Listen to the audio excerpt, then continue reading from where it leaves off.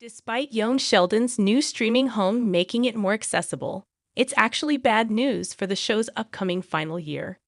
The Big Bang Theory prequel is ending its run on CBS as the Coopers prepare to say goodbye.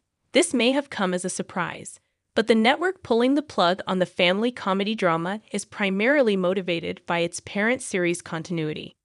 Per the Big Bang Theory canon, Sheldon only has a year left in Medford, Texas, before he leaves for Pasadena to begin his academic and professional stint at Caltech. Admittedly, there are a few ways that CBS could have elected to keep young Sheldon on the air.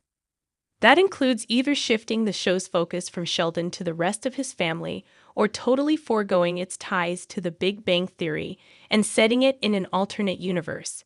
These options could have been viable ways to continue the show, especially since young Sheldon is ending while it's still very popular. Nonetheless, for those who want to revisit the show in preparation for its swan song, or those who are interested in jumping in before it wraps up, the project is slated to become more accessible. Ahead of its final season's premiere in February, Young Sheldon will become available on Netflix US starting November 24. The development comes as part of Warner Media's licensing endeavor, which allows some of its biggest shows to stream on the platform. For context, Young Sheldon is already accessible on Netflix outside the US. In 2021, the streaming giant included the family comedy in its catalog for Australia, Canada, and the United Kingdom, among others. However, its arrival on the US site is still likely going to be significant as Young Sheldon gears up to wrap up its narrative with Season 7. Young Sheldon Season 7 premieres on February 15, 2024, and will end on May 16, 2024. While this is good news for everyone who wants to be caught on with what's happening with the Coopers before they say goodbye, there's actually one major caveat to this new development. Netflix US will only have the first 5 seasons of Young Sheldon. This means that people will still have to go elsewhere to access Season 6 to be fully in the know of Sheldon's family history thus far ahead of their swan song. Unfortunately, its latest year is imperative to understand what's going on with the clan moving forward. That includes whether Mandy and Georgie get married and if Missy actually redeems herself. Where you can watch Young Sheldon Season 6. The rest of Young Sheldon's seasons will also be available on Max.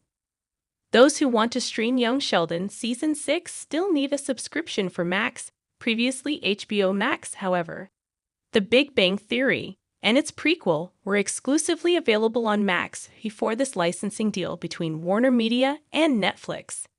The rest of the seasons will also be available on Max, so it may still be a better deal to just get a subscription from it for people who specifically want to binge watch Young Sheldon. However, for those who already have Netflix, it's still good knowing that the Big Bang Theory prequel is part of its catalog. When Young Sheldon started, it was primarily about Sheldon's origin story.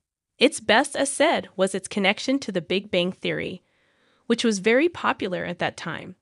It took a while before the prequel found its footing, but through time and various narratives, CBS realized that it is at its best when it focuses on the familial aspects of its storytelling. A couple of seasons ago, Young Sheldon started diversifying its storytelling, with more arcs for the rest of the Cooper family. By Season 6, it has arguably been fully transformed to be an ensemble series with increased focus on other members of the clan. Young Sheldon Season 6 poster high ratings, a testament to how successful its recent storytelling approach is. Aside from that, however, the Coopers' past year is going to be the most integral to what happens to them in Season 7. The events of the Young Sheldon Season 6 finale, in particular, will be very important to what lies ahead for many members of Sheldon's family. If the viewers only have time to watch one season of the show in preparation for its end, then there's no argument that the focus should be on Young Sheldon Season 6.